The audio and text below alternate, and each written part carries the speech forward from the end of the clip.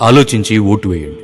సత్యాగ్రహాలు, పోరాటాలు, ఉద్యమాలు చేసి సంపాదించిన స్వాతంత్రం, సార్వభౌమత్వాన్ని కాపాడడానికి, దాన్ని బలంగా నిలబెట్టడానికి రాసుకున్న శాసనం, వాటిని సరిగ్గా అమలు చేయడానికి 2 సభలు, భిన్నత్వంలో ఏకత్వాన్ని నిరూపించడానికి రాష్ట్రాలు, వాటిని సజావుగా నడపడానికి శాసనసభలు, వీటన్నిటినీ పద్ధతిగా అమలు చేయడానికి ప్రతినిధులు, వారిని ఎన్నుకునేందుకు ఎన్నికలు, అందులో పాల్గొనేందుకు రాజకీయ పార్టీలు. ఇవన్నీ చేసేది మహానుభావులు కాదు, వ్యక్తులే. కానీ చాలామంది మర్చిపోయేది వ్యక్తిత్వం, విశ్వసనీయత.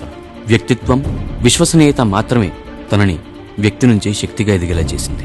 రాజకీయ కుటుంబ నేపథ్యమైన రాజరిక పోకడలకి తావివ్వలేదు. తన ప్రయాణం శూన్యం నుంచి సూర్యుడిలా వెలుగుతూ ఖ్యాతిని దేశవ్యాప్తంగా చాటింది. ముఖ్యమంత్రిగా జగన్ బడులు మార్చాడు, హాస్పిటల్స్ కడుతున్నాడు, పోర్ట్లు కడుతున్నాడు, ఫిషింగ్ హార్బర్లు కడుతున్నాడు.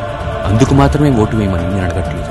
పెద్ద పదవిలో ఉన్న పేదింటి మనుషుల ప్రతి కుటుంబం గురించి ఆలోచిస్తున్నాడు. కుల వ్యవస్థ నాశనం, కుల ప్రస్తావన లేని రాజకీయాలు చేస్తామన్న వారికి నాకు తెలిసినవి 2 కులాలు, ఉన్నవారు లేనివారు అని మాత్రమే గట్టిగా గర్జించి చెప్పాడు.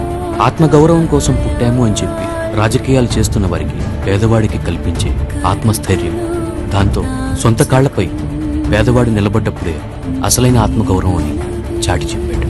డబ్బు ఖర్చవుతుంది, మంచు కరిగిపోతుంది లాంటి మోసమాటలు కట్టిపెడితే చదువు అజ్ఞానాన్ని, పేదరికాన్ని చదును చేస్తుందని నమ్మాడు. రేపటి తరానికి నేటి తరాన్ని బలోపేతం చేస్తున్నాడు.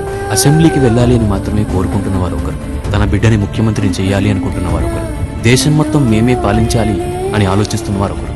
ఈ ముగ్గురు కలిసి వచ్చిన ఈ ఒక్కడే అందరి జీవితాలు బాగుండాలని వారితో పోరాటం చేస్తున్నాడు.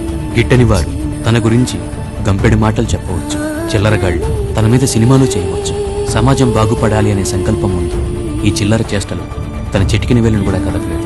అధికారం అహంకారం కాదు, అభ్యున్నతి కోసమే అని నమ్మిన వ్యక్తి. తత్వం అంటే మానవత్వం అని నమ్మిన మనిషి. ఇలాంటి మనిషికి మనం ఇచ్చే సహకారం ఓటు మాత్రమే. దయచేసి ప్రత్యర్థుల చెప్పుడు మాటలు కాకుండా జగన్ చేసిన మంచిని గమనించి ఆయనకు ఓటు వేయండి. స్వార్థం ఉన్న నాయకులు కావాలా, సమాజం కోసం పనిచేసే నాయకుడు కావాలి? దయచేసి ఆలోచించండి.